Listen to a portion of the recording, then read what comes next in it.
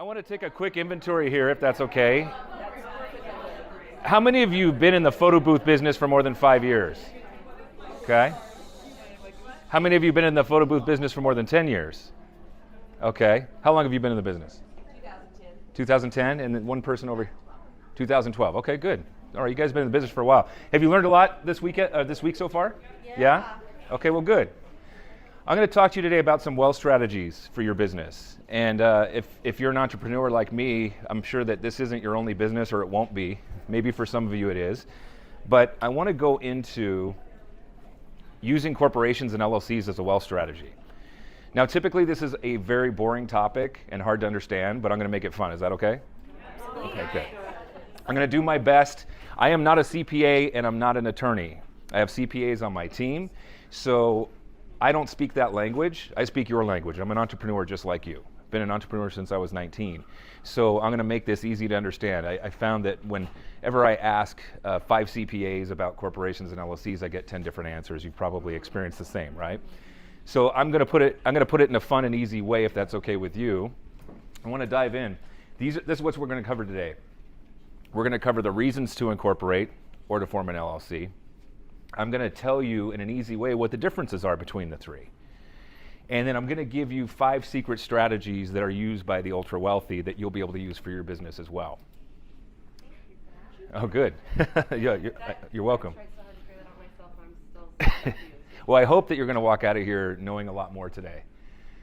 Okay, so I'm going to break it down for you here. A lot of you have heard about asset protection, a way to protect your assets. We're going to dig into that a little bit deeper today too. There are some definite tax savings as well if you form a corporation or LLC. Here's one that a lot of people don't think about. When you get business credit, you have a completely separate business credit profile that doesn't affect your personal credit. We'll be diving into that as well too. There's a lot of fun stuff you can do with that aspect of it. And here's one that a lot of people don't think about. You got a question? Okay, so every time I try to talk about the business credit, yes, they always somehow slide in, we'll have to run your personal credit too. Okay, good. So when I have a little short business credit section, we're going to address that, okay, because that does happen, and I'll tell you why and when you want to be okay with that and when you don't. Okay, so good. All right, and then here's one that people don't think about: credibility.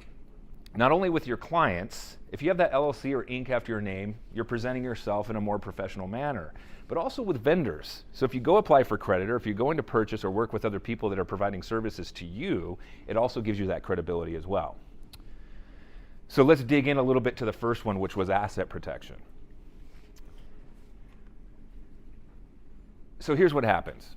If you get sued within your business and you have a corporation or LLC, if you do it right, the lawsuit will stay within that entity and it doesn't go through your personal assets. So you're protecting your home, your savings, your vehicles, and your retirement. Okay? So there's one thing that also people don't think about often is their credit score. Do you know that if you get sued and you get a judgment against you, if that person wins in court, you get a judgment against you, that will stay on your credit for 7 years, even if you pay the person? So if I sue you for $250 and I win in court and then you pay me the $250, still stays on your credit report for 7 years, okay? And it really, really hurts your credit score. So this is another reason why, if you're working a business, there's a lot more liability than there is in our normal lives, right? So this will help you protect your credit score along with those other assets that are on the screen. So kind of a good detail there. Okay, I'm going to dig into tax savings. I'm going to get a little technical here, but I'm going to do my best to keep it light, okay? So what I've done here, how many of you are operating as a sole proprietorship right now? Okay, good. How many of you already have a corporation or LLC? Awesome, good, because I have information in here for both groups, okay? So this is for the people that have sole proprietorship so that you can see the comparison, side by side. If you make $35,000 in a year, your tax bill will be about $8,000. You'll see at the top here, $2,500 in federal tax, $5,400 in FICA. Who knows what FICA taxes are? Some of you may know. And yes, Social Security and Medicare, very good. All right, that's expensive. That's 15.3% in taxes. I'll get out of the way there so you can grab that. That's 15.3% that you're paying in FICA taxes. If you have a C corporation, you'll save about $650 there because there's no FICA tax, right? I'm going to move it up now. The savings is small at the beginning, and the more you make, the more you save. Why is that? Because the corporate tax is at 21% flat. Okay? The personal tax, which is what you get taxed at with a sole proprietorship, it goes up with the more money you make. Anyone know what the top rate is now? It's 37%. That's 16% higher than what a corporation is. Okay? So at first, the tax rate is low if you're making a little bit of money, in which case that's when a sole proprietorship is good. But once you start making some good money, you can see that's about the threshold where a C Corp starts to make a difference. Now let's bump it up a little bit. Let's say you make $50,000. You're going to save $4,500 in taxes. It gets a little more significant, does it? And then we'll try $100,000. Now you're saving $11,000 in taxes. That's 11% on $100,000. That's pretty good, isn't it? Right? Okay, so you can see the tax savings here. There's also some tax savings that come with S corporations and LLCs, which I'll get into in a little bit, but that's a good side-by-side comparison. How many of you have been there? Right? Okay, so, yeah, right, exactly. So what I'm going to do here is I'm going to show you the positive aspects of each type of entity. The good reasons to do it. And I'm also going to give you, the next section will be about the negative aspects of each one, right? So let's start off with the first major difference between these entities. A C Corp is taxed one way. The S Corp and LLC are taxed almost identically.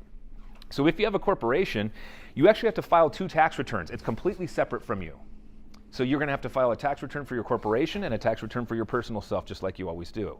Okay, but the tax returns are as separate as yours and mine, right? It's like almost like the corporation's like a completely separate person. S Corps and LLCs, they're called pass-through entities. What that means is that all the money from your business and all the money from your personal side gets put in one bucket, and you get taxed at the personal tax rate from all the money that's there. So how many of you are running your photo booth business and holding down a job at the same time? It's usually a lot of us, right? Good. Okay. So what you would do with the pass-through entity is essentially all the money from your business goes in the same bucket as your job income, and then you pay your personal tax rate, which can go all the way up to 37%, right? With a C corporation, you pay 21% on your business income, and whatever percent your rate is at on the personal side separately, okay? Now let's go into the C Corp a little bit more. It has that lower tax rate of 21%, so that's one positive aspect. The one that's highlighted here is it says lower taxes on benefits packages. C corporations are, this is one of the reasons they're slightly better than a C Corp and an S Corp and an LLC, is there's a lot of benefits that you can pay yourself as an employee of your corporation that are a cost, an expense to the corporation, and tax-free to you. There's medical benefits you can pay yourself, as well as some retirement benefits you can pay yourself, where you're not paying any taxes on those on the personal side, but you're deducting it from your business. Okay, so here's the trick. Here's a strategy that the ultra wealthy use. As employees, they take our tax money first. They take it. We don't even see it. They pull it out of our paycheck before it even goes into our account, don't they? And then we spend what's left over. The wealthy, they spend their money first and then get taxed on what's left over.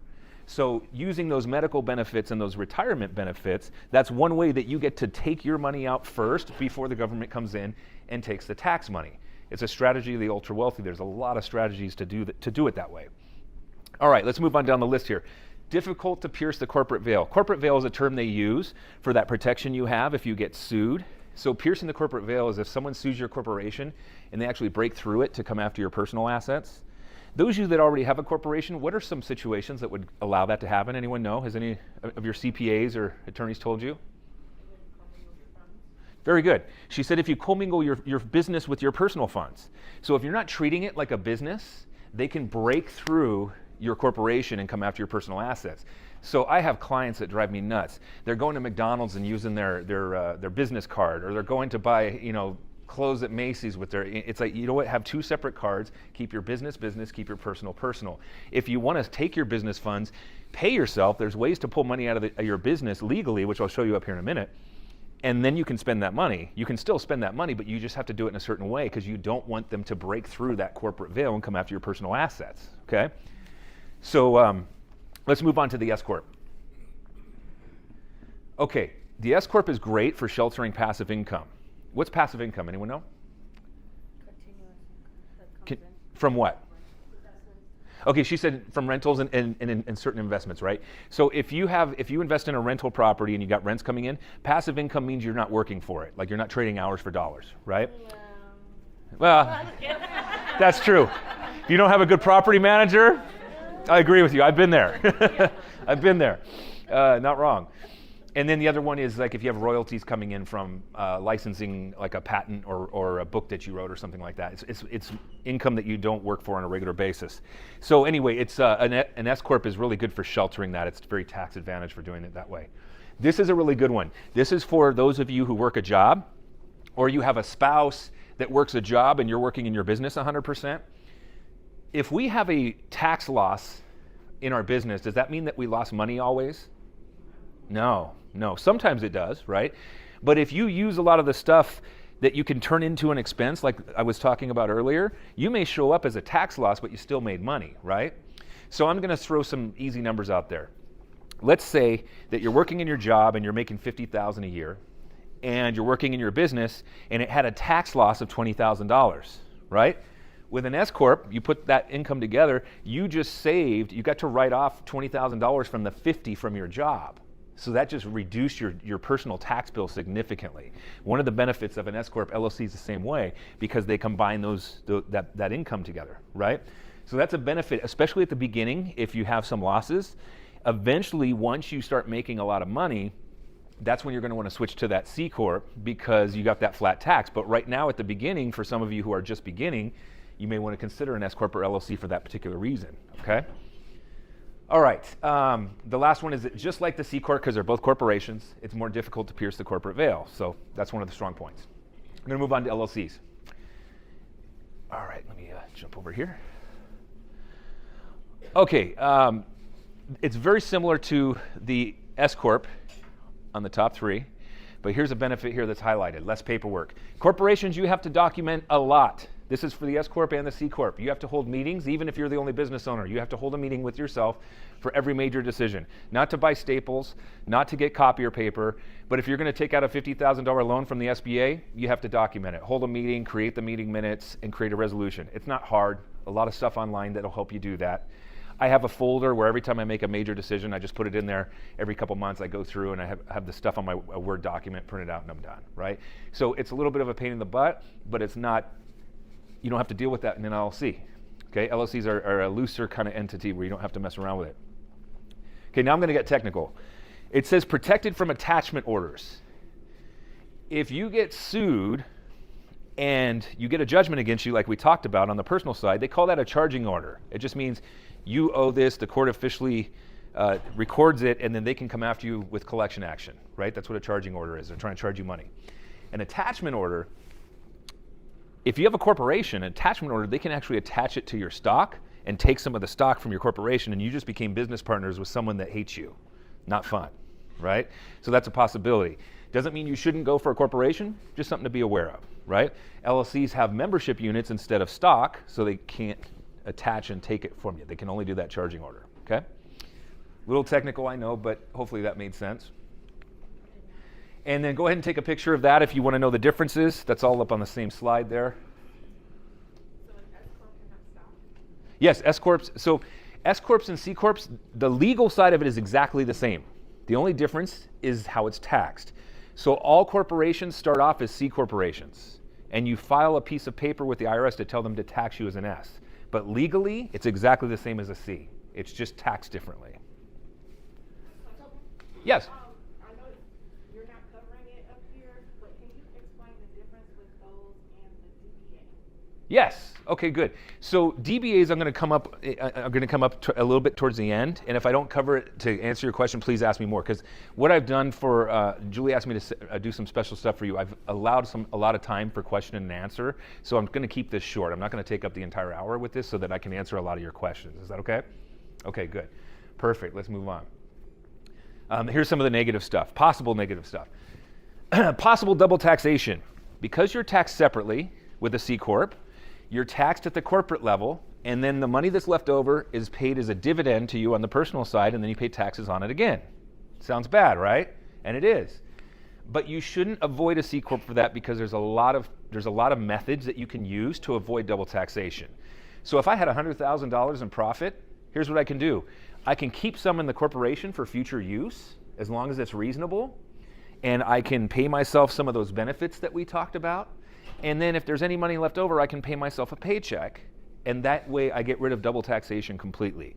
So it's something to be aware of. You're going to have to strategize a little bit. Doesn't mean you should avoid a C Corp, but you just need to be aware of it because you want to save as much tax money as possible, okay? And then the paperwork we discussed can be a little bit of a pain, so it's something to be aware of. S Corps. A lot of people screw it up because there's a lot of technical stuff, and because of that reason, it's been a focus of audits for the IRS. And when I say that, I just mean a little bit more than the other two types of entities. It's not like it's 100% more, 50% more. It's like a few percentage points more chance of getting audited, but something that you should take note of, okay? It has a higher tax rate, as we mentioned. It goes all the way up to 37%. You are taxed on some of the benefits packages that I was discussing with you earlier. This isn't a problem for most people, but it's just important to note. You're limited to 100 owners. So most of us, we may have a few business partners, or we may even want to take investors on, but I don't think that any of us are going to get to the point where we're going to need to surpass 100 owners. If you do, you just cancel your S election, switch back to a C, and you're good. But you'll notice that all public corporations where we buy stock on the stock exchange, they're all C Corps for that reason, the 100 owner limit. And just like the C Corp, it has that paperwork issue, a lot of paperwork to take control of.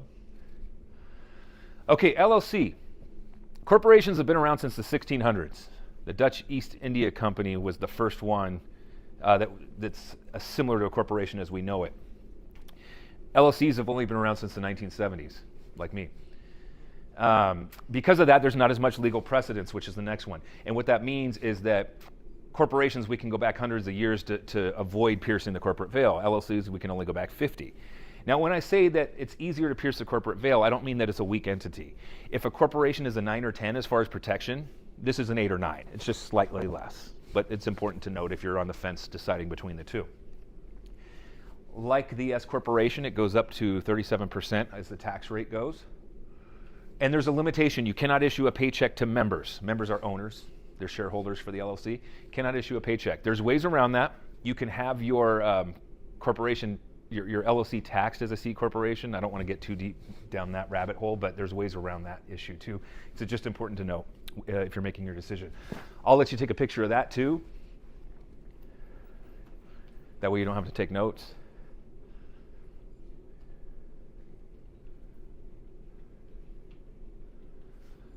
Okay. So when it says cannot issue paycheck to members, that includes yourself, right? That includes you, yes.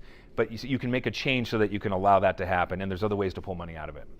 Okay, so now's the fun stuff. This is for the people that already have corporations or LLCs, and if you don't yet, it's still kind of fun to note this. But I put together 5 secret strategies that you can use that are kind of fun. Here's a good one. Remember we talked about double taxation before? So one way you can pull money out of your corporation, this works with your LLC too, is most of us, when we bought our photo booth equipment or when we paid for our business license or when we paid to form our corporation, we just donated that to our business, right? Most of us didn't think of paying ourselves back. Some of you might have figured out a way to do that, which is great. But what I do is I document every time I need to put money in my business. Or if I didn't make enough that month and I need to transfer money over, guess what? I create a promissory note, okay? And the reason for that is that I can take money out of my corporation each month. I make 3 loan payments to myself each month for $1,000 a piece. My corporation owes me hundreds of thousands of dollars. And if my corporation can't pay it that day, I'm okay with it. I'm a nice guy, I'll let them go, right? But here's the thing about that, is that $3,000 of my income is coming to me tax-free because it's a loan repayment off of the money that my business is making, okay? So consider that. In whether you have an LLC, an S Corp, or a C Corp. Here's how you make it legal though, because there's something called an arm's length transaction. And these are some of the things that we talked about piercing the corporate veil by commingling funds. If you don't document it, it's not an arm's length transaction, it's too close to me, right?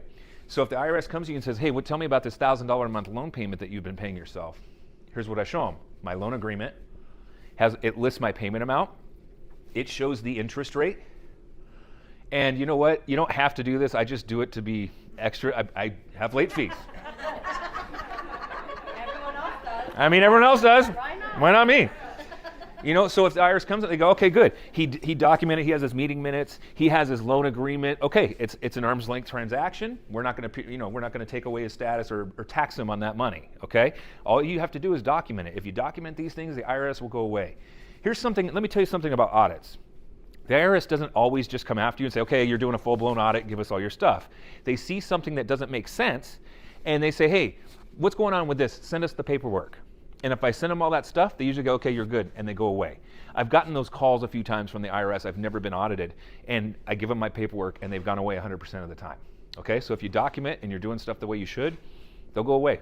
Okay, so but always keep it, because you never know. You might. There's a lottery audit. You guys have probably heard of that, where you might get audited randomly. So you always want to be prepared for that. Yes. Very interesting question. So if you're within your first 3 years, can it be considered owner investment or owner capital, as opposed to having to document it that way as like a loan? Yes. Okay. So anyone. So her question was this: can it be considered owner investment or owner capital? So the stuff that you donated to your business, most of the time the IRS just assumes that's what you did in exchange for the stock. Is that right? And that's perfectly okay. That's what most people do, and it's okay to do it that way. In fact, you may want to keep a few of the items that you put in the corporation in exchange for that stock. This is only if you need to pull money out and you want to save taxes on it, but you don't have to do this. So what you're doing is perfectly fine. Yeah. Okay, good. Let's move on to the next one here. Okay, lease your car to the corporation. This is fun. Oh, wait till you see what we get to do. Now, here's the thing. I always think outside the box. It drives my CPA crazy, okay? Make him work harder.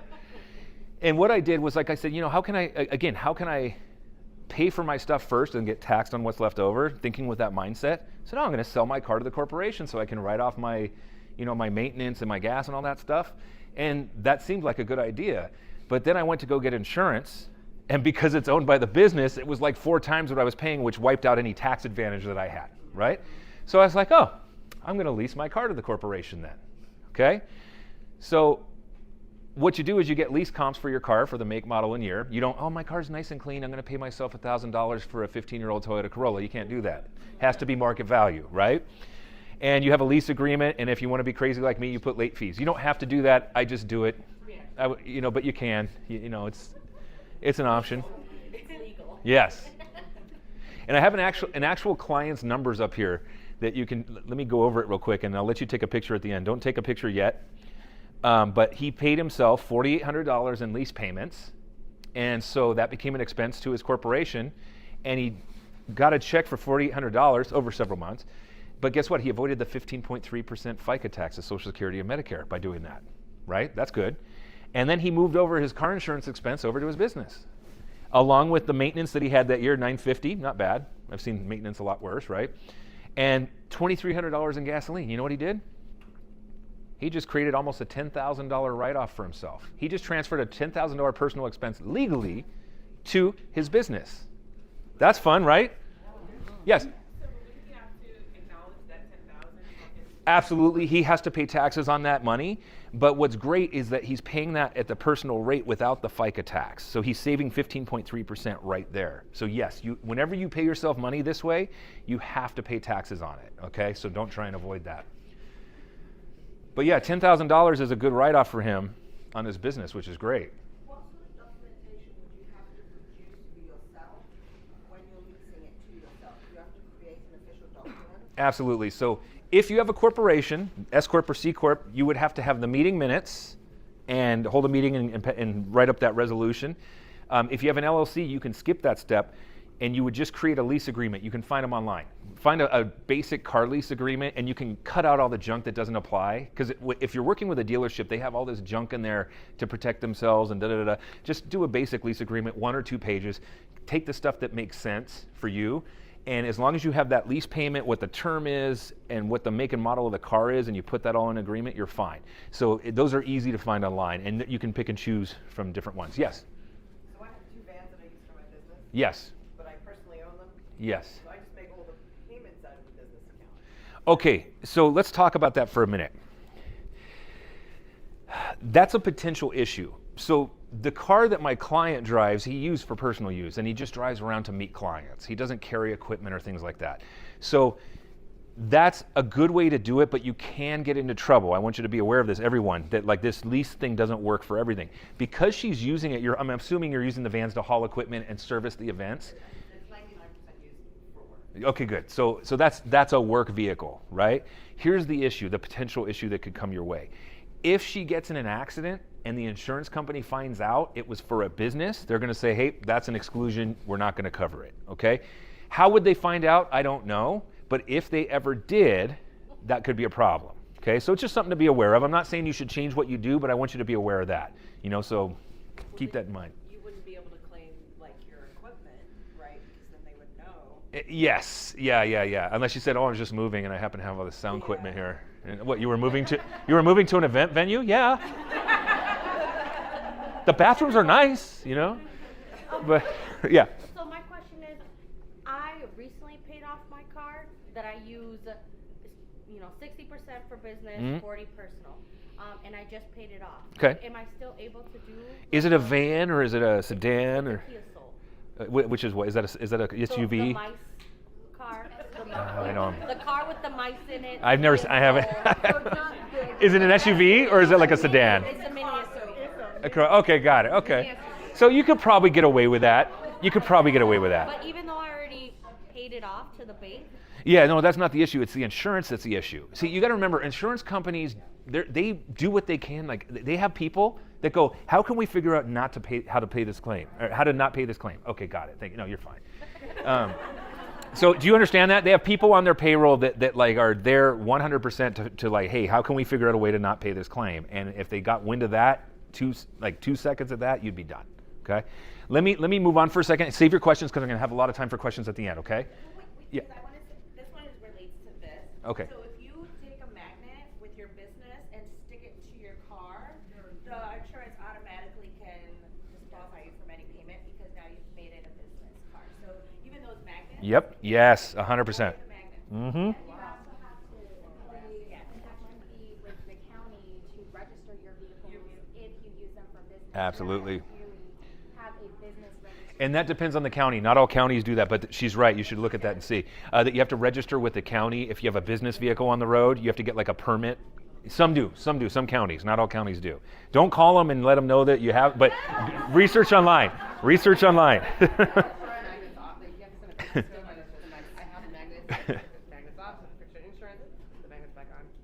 There you go. Good. Let's talk about building business credit here. I want to speed up a little bit. Okay, so business credit available to your business is in the form of credit lines, loans, and credit cards.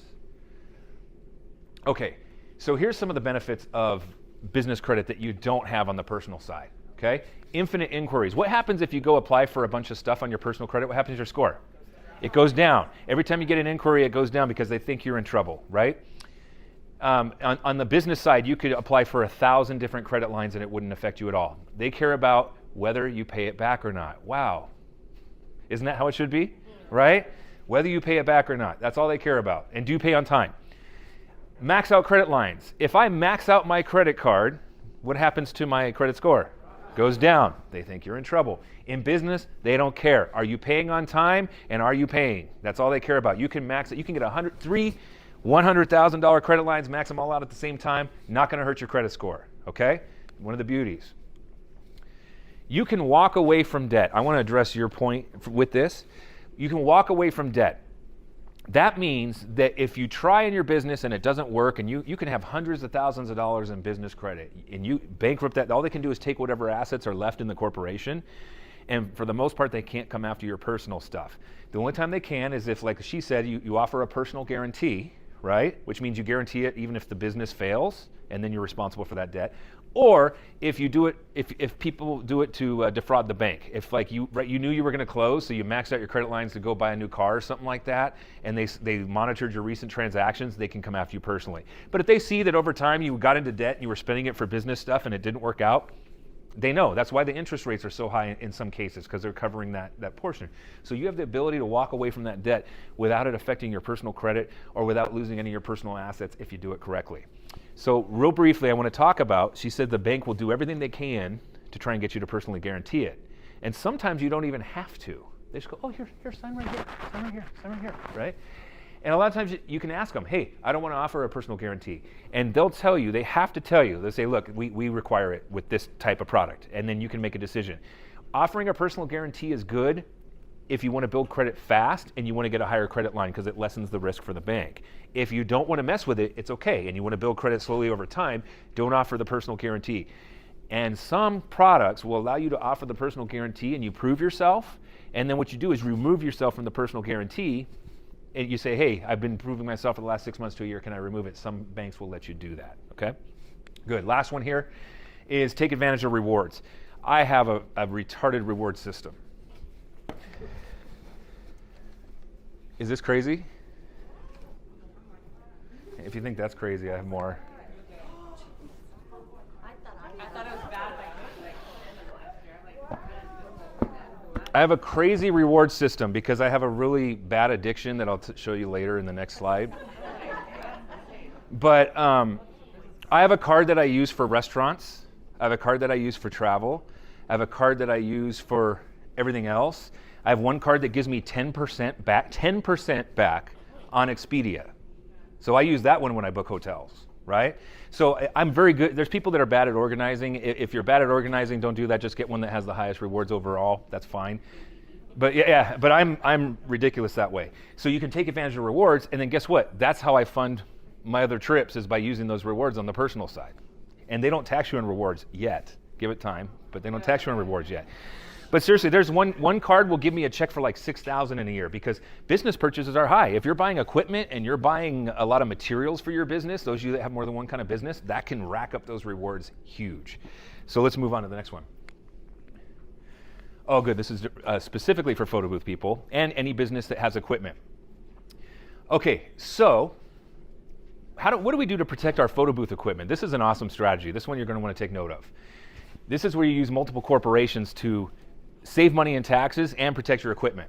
So you put your equipment in corporation number 1, and you open up corporation number 2. Corporation number 2 rents the equipment from corporation number 1.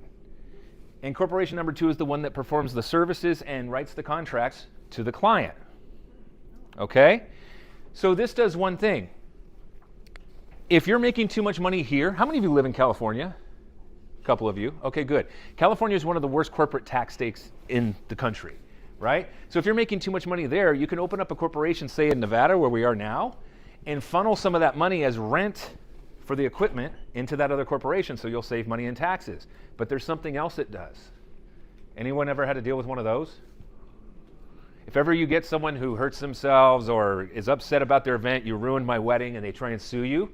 So they're going to try and sue you, and you're going to say, oh, sorry, my corporation doesn't have any assets. I'm just here working to sell the event and service it. And that thing disappears.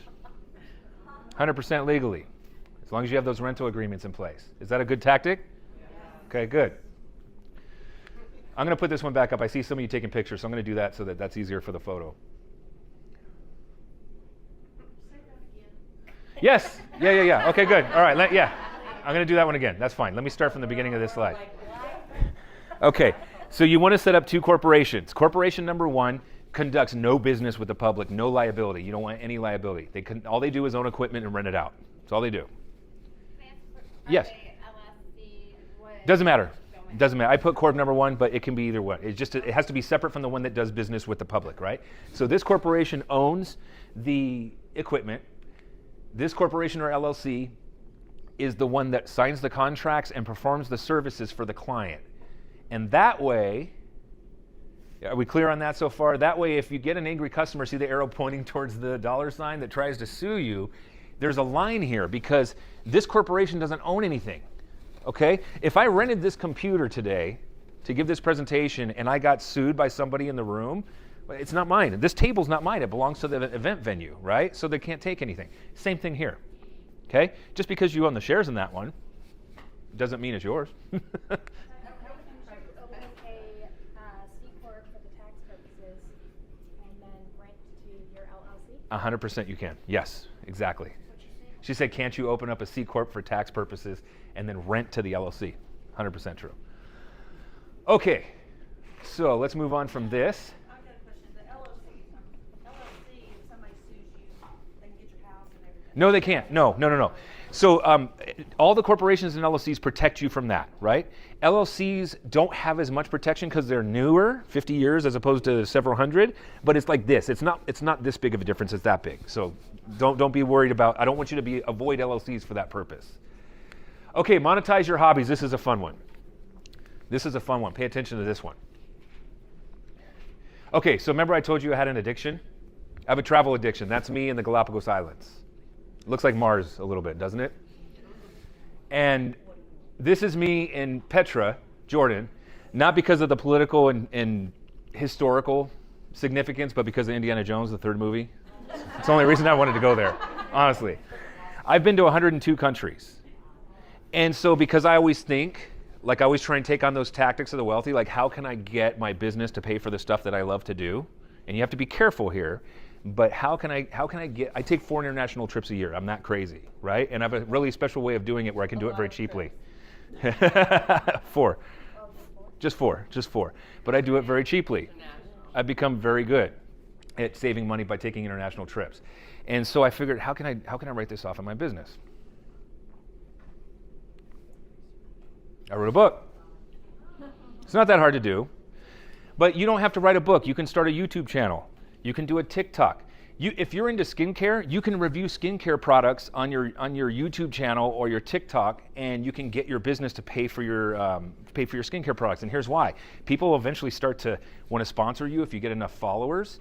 And YouTube, if you get enough followers, they begin to start placing ads on your videos, and they cut you in on that income. Right? Now you can only get away with this for a short period of time. If you don't make money on it, after a couple years, the IRS is going to say, okay, you can't write that off anymore. Luckily, the book is generating enough revenue for me. I just threw it out there to see what happened. And it's generating enough revenue for me to where it makes sense, to where if they came after me and said, hey, what's this? And I'm like, well, you know what? I got to keep doing this research over here. It's so difficult.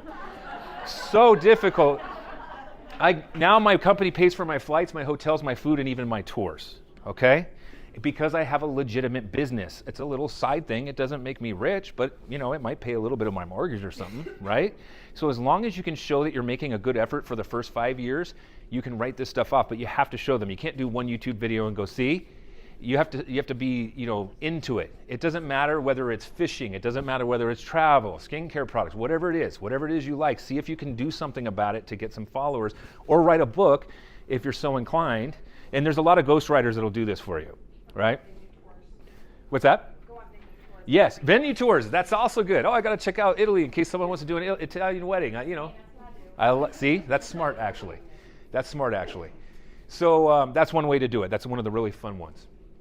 Name of my company is Augmentus Business Solutions, and here's the stuff that I do for people. I'm very big on getting people to make as much money as they can and keep as much money as they can. So I offer a consultation. For those of you that have corporations and LLCs, I offer a consultation to make sure you're using these write-offs to the best of your ability, and if you don't, I help you set them up. And to form a corporation or LLC, I charge $997. That includes everything, the incorporation fee and all the state fees. And I also partner with a company that does business credit for me. And they're awesome. They hold your hand, and they go through and tell you what you need to do, and they do some of it for you. Some of it you have to do on your own, but they give you paint by numbers to start from zero, getting a $500 or $1,000 credit line, going all the way up to the ones that are for hundreds of thousands of dollars. I was about to ask, what's the psychology behind the 97? They said there's something about it that's just different, and it stands out more. And so I'm like, maybe it is, maybe it doesn't. But she asked the question, so maybe it worked. I don't know. Well, that's it too. There's part of that too. But anyway, I told Julie I would do something special for your group. So I want you to take note of this email address. That email address goes to me. And for the first 5 people that email me and put consultation in the subject line, you'll get 50% off. For the first 5 people in the room that email me and put consultation in the subject line, you'll get 50% off. For the first 5 people that email me and put incorporation in the subject line, you'll get it for half off. Now, the only caveat here is you have to pay the state fee, whatever state you're in. Typically, it's between $50 and $100 on top of that. But you'll get 50% off for that. Now, because the business credit company is a partner of mine, I don't none of that money comes to me, but what I'll do is I'll give you $100 off for anybody who is interested in moving forward on that for the first 5 people that email me business credit in the subject line. And what you have to do is you would have to pay before the end of today. And here's the way that we accept payment: cash or check, Venmo or Zelle, and then credit card comes with a 3% fee. All right, so that's an offer that I'm giving to this group, a way for you to save 50% on those other 2 services. But what I want to do here is I wanted to make it a point. Oh, I'm sorry, I did take up a little bit more time than I thought. First off, I wanted to thank you for letting me come and speak to you. I think that was great for you guys to let me do that, because I know you have a lot of stuff to learn about today. But we've got about, thank you. But we've got about 8 to 10 minutes here, and I want to reserve that time to answer some of the questions that we were going to. I saw your hand go up first, so I'll let you go first. What do you got? Okay, so I've actually talked to an accountant about changing from a sole proprietor to a corp. Yes. But my understanding was that the LLC, there's no income bracket, but once you get into the S corp, there is an income median that you have to meet before you can become an S corp. Yes, that's that's a technical question that doesn't apply to everybody. So you and I can have a separate conversation about that. Or here's something else I'm going to offer you guys, and I'm glad she mentioned that. I normally only offer this to a small number of people, but I'm going to offer it to everyone in here. My CPA can work with anyone in all 50 states. So if you want a consultation with him, here's the thing. A lot of us have, we use our same CPA that does our personal stuff. And they're not always well-versed in business. They can do it, but they don't do a majority of business stuff. This guy understands my crazy, this stuff here. So we're like, oh yeah, you're working with Mike, huh? So he understands this stuff, and he's very technical and good at getting you tax savings on stuff. So if you want a consultation with him, he doesn't charge for it if I refer it. You can email me and put CPA in the subject line, CPA referral if you want, and I will send you off to him, and he'll give you but yeah, so definitely I would have you talk to him or get in with your CPA there. Yes? My question goes back to the DBA. Yes. Oh, good. Sorry, I didn't address that. The multiple corporation strategy. My bad. Thank you for bringing that up. So let's say that you have a separate business. You have a photo booth business, and then you have a Amazon reseller business that you want to also give it a shot, right? So you have a corporation. What you do is you form a DBA underneath it, okay? And you keep that DBA underneath the same corporation until it starts to generate enough revenue to stand on its own, and you separate that liability. So your question was, is a DBA the same as an LLC, or what was your actual question in relation to that? So you have the differences between the different. Oh, the DBA. DBAs, Yes. Or maybe not the DBAs, but the LLC, S corp, and C corp. I wanted to understand the difference with having the DBA, and so I know the advantages of using a LLC or Yes. S corp or whatever. I want to know about the advantages, the pros and cons to using. The pros and cons of a DBA. Okay, so DBA is you doing business as whatever your company is, right? So the disadvantages of that would be the 15.3% FICA tax. So you're going to get taxed at a higher rate. When you work a job, that 15.3% is paid half by your employer and half by you. But when you're running your own business as a sole proprietorship, it's all on you. They charge you the entire amount, right? An advantage of a sole proprietorship is when you're just getting started. A corporation, you got to form it, you got to pay for it, you got to do the extra tax return. It's a little bit extra work, and if you're not making enough money to justify that, then a sole prop is a better way to go. If you're just getting started, you're working your job, and you're like, okay, making like $1,000 or $2,000 a year, maybe $5,000 a year, keep it under because there's not a lot of liability if you're not generating that income yet. And also, you don't want to pay all that expense if you're just getting started today. Right? You want to actually be in the business for a minute and make sure that you're good at it and you're able to get clients before you take that step.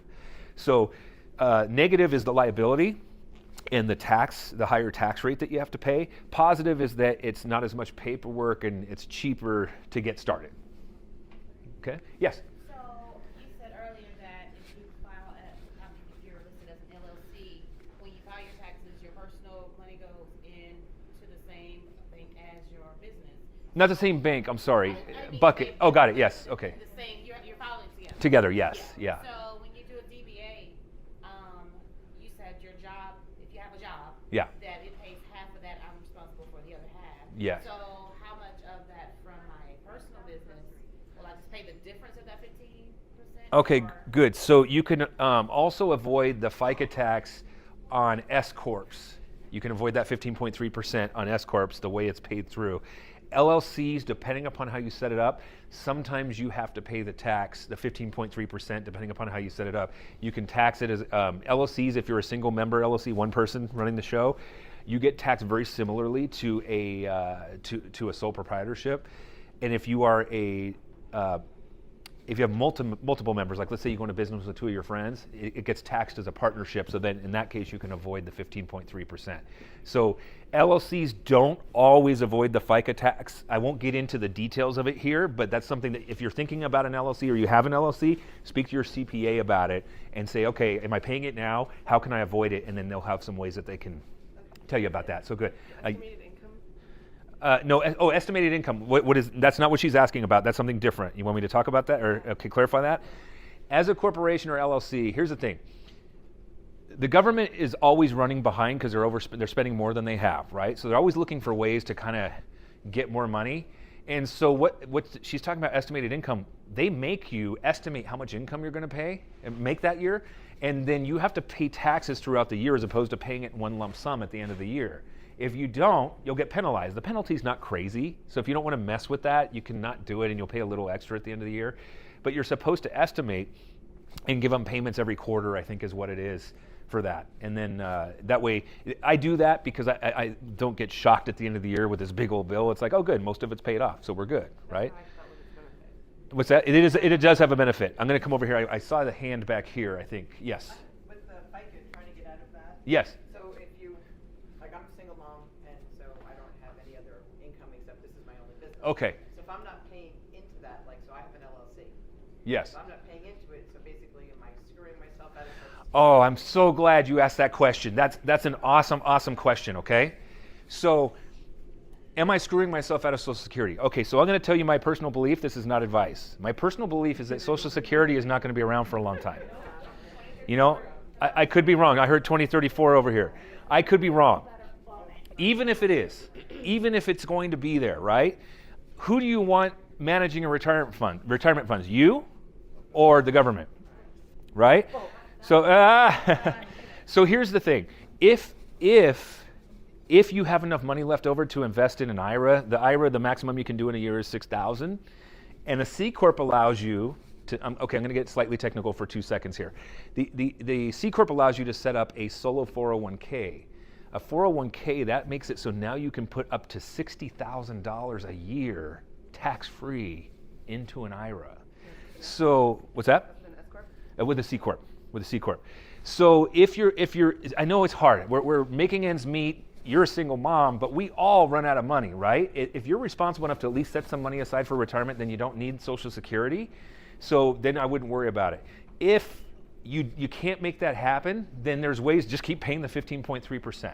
Does that make sense? I know I kind of straddled the fence on that one. 0.3 and invest it. That's what I would do. If you're responsible enough, I know some people are great with money and they're like, nope, I'm going to make this happen. And some people it's hard to manage. So depending upon what kind of person you are, that's how you make that decision. Okay. And some hands over here, yes. So, just to kind of fill you out on this. Yeah. If I am a single person, I have no dependents because I can't claim the dog. Yeah. I work a full-time job in addition to running my business. I created it as an LLC. Yes. However, because I work 2 full-time jobs and have no dependents, they eat me up with taxes. Absolutely. Would it be more beneficial for me to do the... Please don't ask me if you should get married to save in taxes. No. Because you will. You will. I thought that's where she was going.